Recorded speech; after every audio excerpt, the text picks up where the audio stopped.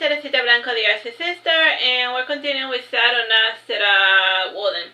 This is chapter 14. Much to my surprise, Woden went indoors and came out with a wine bottle. And at first I thought that she planned to give the bride grape juice, and when she escorted, I was able to smell the unmistakable aroma. Woden poured a cup for Dido, who eyed it with suspicion. And looking at Woden, he asked, "Aren't you going to drink some too?" "My family doesn't drink," said Woden.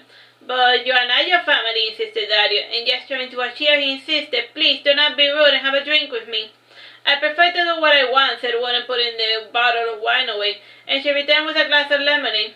And smelling the wine, Dario threw the contents of the cup on the floor, and he added, "They say witches try to poison people. If I wanted you dead, I would not have bothered to save you," said Woden flatly. "I suppose," said Dario, weighing his word, and then he said, "I need your help." "I know," said Woden stoically. "I haven't much luck with my attempts to find my treasure, and I could really use a helping hand."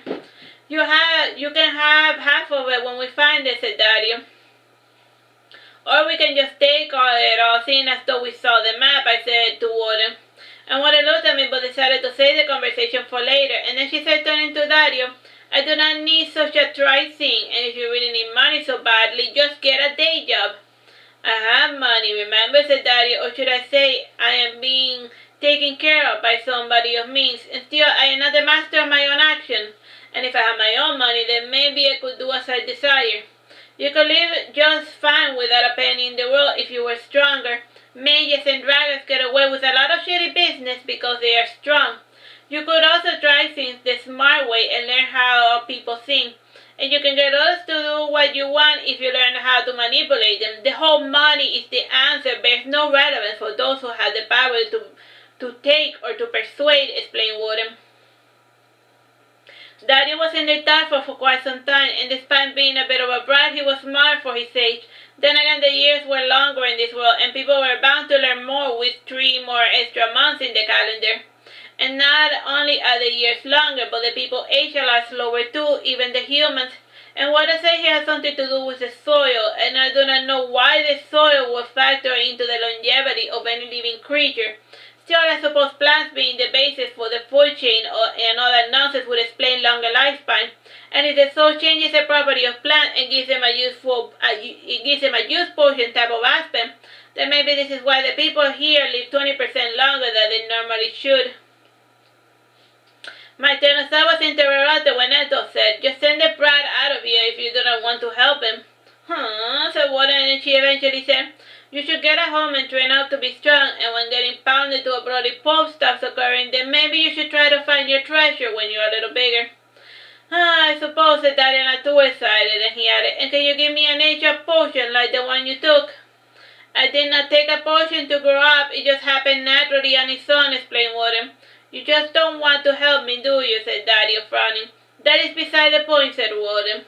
"And I am only giving you a logical suggestion. You can take my advice or not. It is your choice. Which reminds me, while going to check up on that crazy loon by the stream, I am going to make it a habit of bathing there, and I'm not in particular mood to get accosted by you."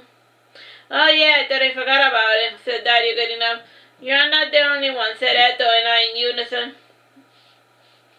Getting up, Woden started making her way down the river, and she stopped a moment and then said to Dario, who was following behind, "Maybe you should stay back since it's not safe for you." "It's not safe for you either," said Dario flatly. It's fine. I can handle anyone as soon as I get the jump on them. I know this was at the back of my hand," said Woden, thrusting the back of her hand into Dario's face. Like the back of my hand. To illustrate her point, so you say, yeah, never mind," said Dario, sitting down. Eto then said, "I'm going to stay behind to watch the brat." "I did not realize you were so maternal," I said, yapping at Eto. "Not really, I'm just concerned he's going to break or steal something if I leave him alone," said Eto, coming to stand behind Dario to watch him like a hawk. Woden and I started to walk in the direction of the upstream, and along the way I asked, "And do you think it was a good idea to leave Eto alone with Dario?" "That is not the type of person to make good decisions, so no. He's probably going to get curious and start rummaging through our item. And if he gets into Eto's flower bed, he might go the way of John Nolan," said Woden sturdily. John Nolan. Ah, yes. He was the dude whose lilies burned him to death." I said after rattling my memory for quite a bit. All the past, I had the most vivid the early memories and the ones that took place 200 years before my incarceration. And what were you doing in Ireland? I asked Woden. I was visiting Connemara National Park, and sometimes with him I just want to chill and hang out like any other type of ordinary fellow. And one of my peers had told me that there was a vampire buried beneath the megalithic court tomb, I explained. Was there a vampire? Asked Woden, and by now we could hear the sound of the rushing water. After putting my head to the ground a couple of times, I felt that all the graves had been disturbed at some point or another. You know, grave robbing and all that sort of nonsense.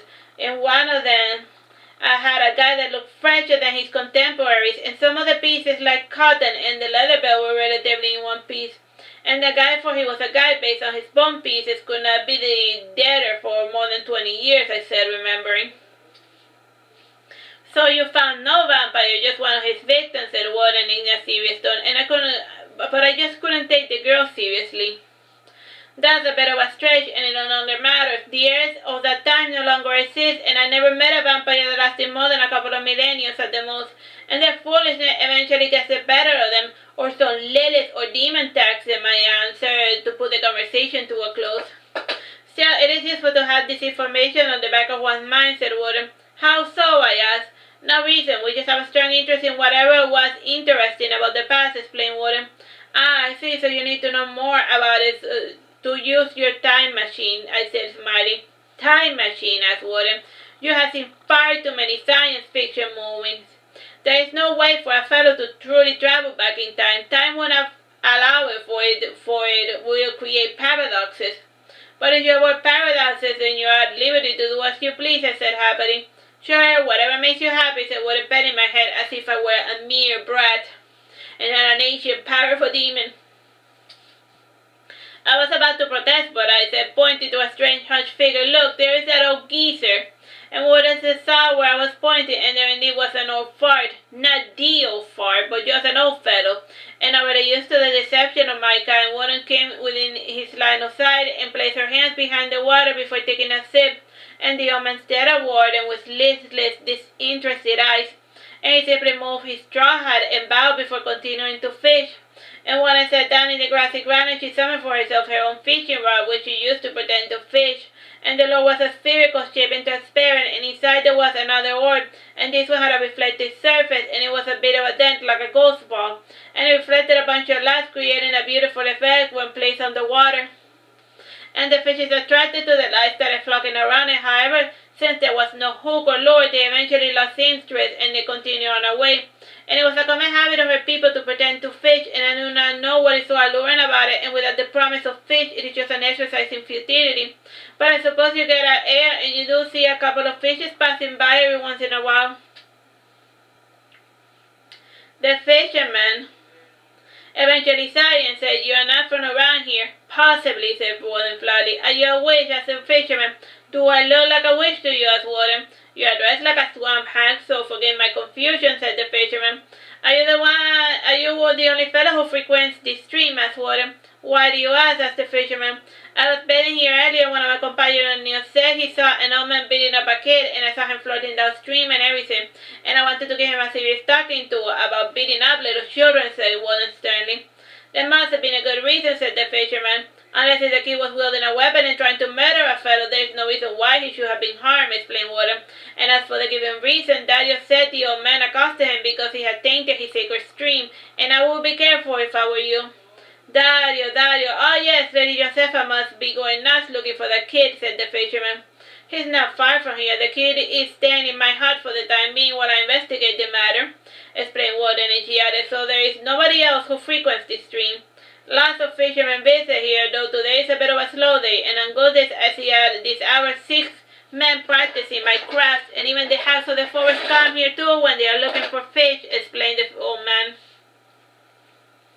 And putting away her fishing rod, Woden came to stare at me intently, and when she was done probing my brain, she nodded and closed her eyes for a moment, and she walked across to other banks of the river, and she stood where I had stood, and when I had seen the old man attack Dario, and the muddy steps was still recent, and she lowered herself to the ground and started sniffing, and it wasn't her most graceful posture. Still, it helped her somewhat to find her target, And eventually she caught the scent of the fellow, and she followed a bit, and he led her to the old man from before. And Woden got closer to him, and he flinched away when he saw a girl staring daggers at him.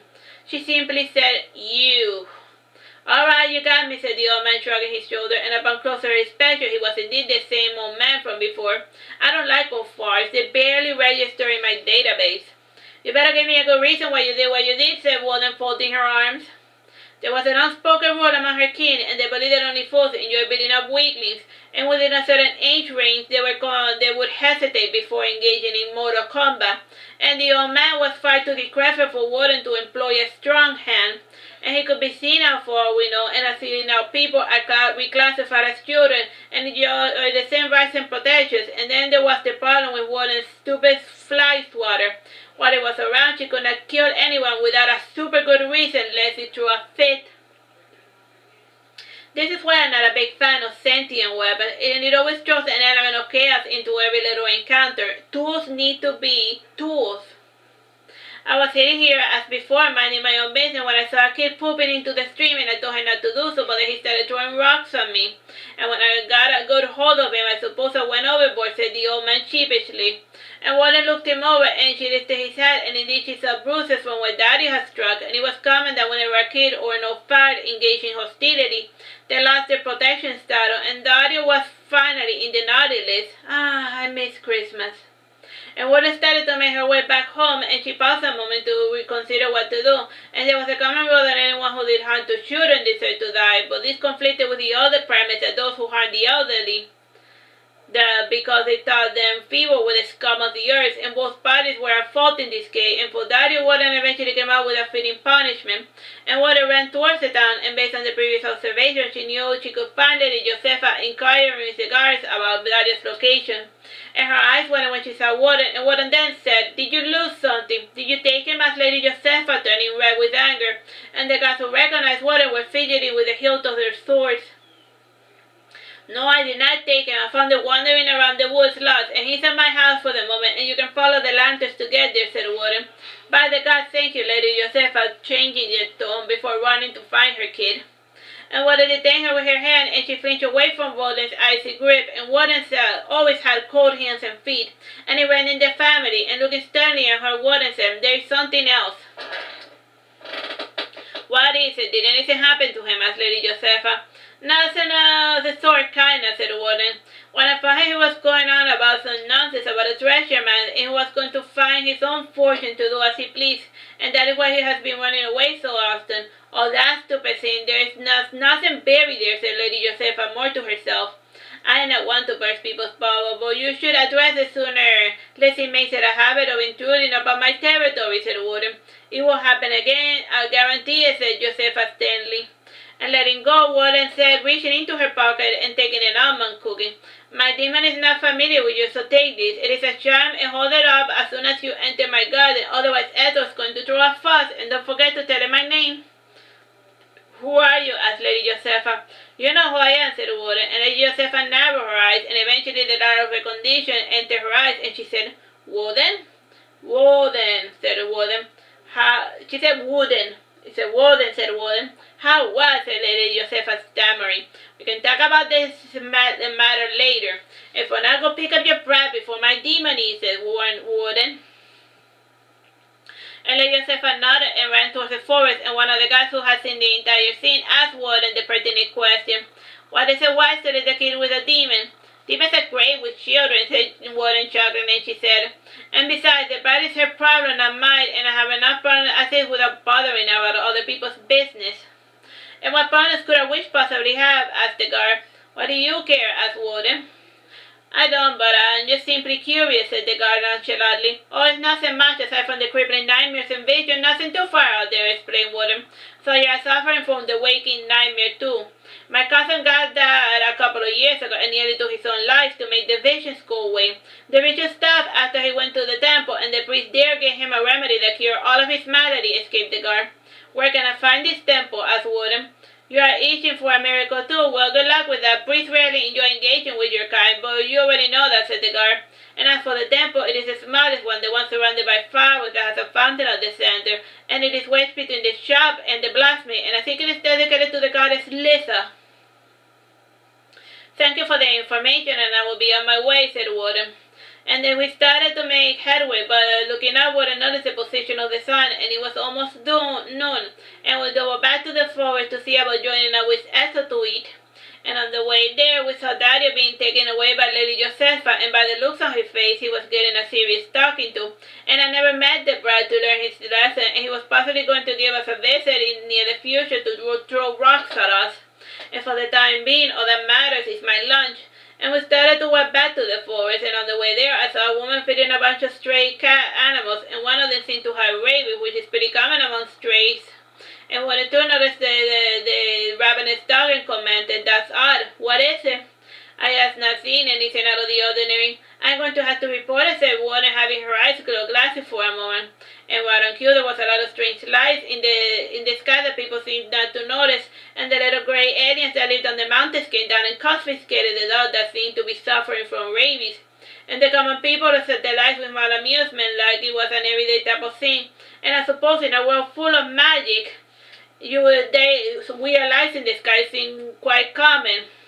And alien adoption loses part of its mystique since they assume that it's just magic users doing magic things. "What was that all about?" I asked. "Just some basic maintenance and nothing to get too excited about," said Woden. "Wait, are aliens real?" I asked, surprised. "I thought you being a primordial type of demon, you would have been aware of all types of life forms in the universe," said Woden, as a matter of fact. "Primordial, yes, but one spends an eternity in the same pot or can have a narrow-minded viewpoint," I said sheepishly. "The same thing applies to everyone. Still, a person can go all over the universe and not come out none the wiser," said Woden. "I'm not so certain about it," I said sternly. And the conversation was cut short when we arrived at our destination, and we saw Esther looking something intently, and she had an inside a mason jar, a little something. Upon closer inspection, it seemed like a type of fairy, and it had red hair, yellow glider wings, and large black eyes, and long fingers and toes with sharp little claws. And when he looked at us, he acquired somewhat of a humanoid face, and with tearful eyes, she said, "Help me, save me from the bad monster." "What did you do?" asked Woden, looking at the tiny creature. "Nothing," insisted the little one. "If you say so," said Woden. "Let me out, please," implored the little creature. "And what did it do?" asked Woden, looking at Ethel. "Nothing," repeated the creature. And since it was being annoying, Ethel dug a hole and buried it, and when she started hearing his curses and lamentations, she finally said, "I was looking after the brat you sent over, and when I saw that strange-looking creature, and he was speaking to the kid using his own voice, and I think it was making him think that it was his own voice and his own idea." "It's a pretty classical trick," I commented, nodding with approval. "So the thing is a demon," asked Ethel, "a creature of a similar nature, and the humans call them Lilith. And they usually attach themselves to women and make their lives a living nightmare, and then they offer to clear out their problems if they created themselves in exchange for a soul. And why they even want a soul these days is a matter of debate," said Woden. "You have an answer for everything, don't you?" said Ethel. "More or less, and they're just suppositions based on millenniums of observations and information provided by the creatures themselves. And this statement is debatable, and there are regional variants, but you need not concern yourself with such nonsense," said Woden. "And what are we going to do with the little guy?" asked Ethel. "Well, if we let it go, it's going to go whisper bad ideas to Dario, and most kids' age cannot tell the difference between their own thoughts and the voices in their head. And the best thing to do is to relocate it," said Woden, digging up the lilies. And before she carried out this idea, we heard footsteps, and there was a woman in Tudushes dressed in fine silk, and based on their manner, they were probably here on official business, and bowing, Woden said, "Can I help you?" "What services do you offer?" asked the gentleman. "It depends on what services you're looking for," said Woden, answering their question with a question. "So if we came to ask you to clean the latrines, would you do it?" asked the second man. "If the pay is enough," said Woden. "That's enough," said the lady. "We did not come here for idle chat." "Good, just say your piece and be done with it," said Woden, folding her arms while gripping her galbrata.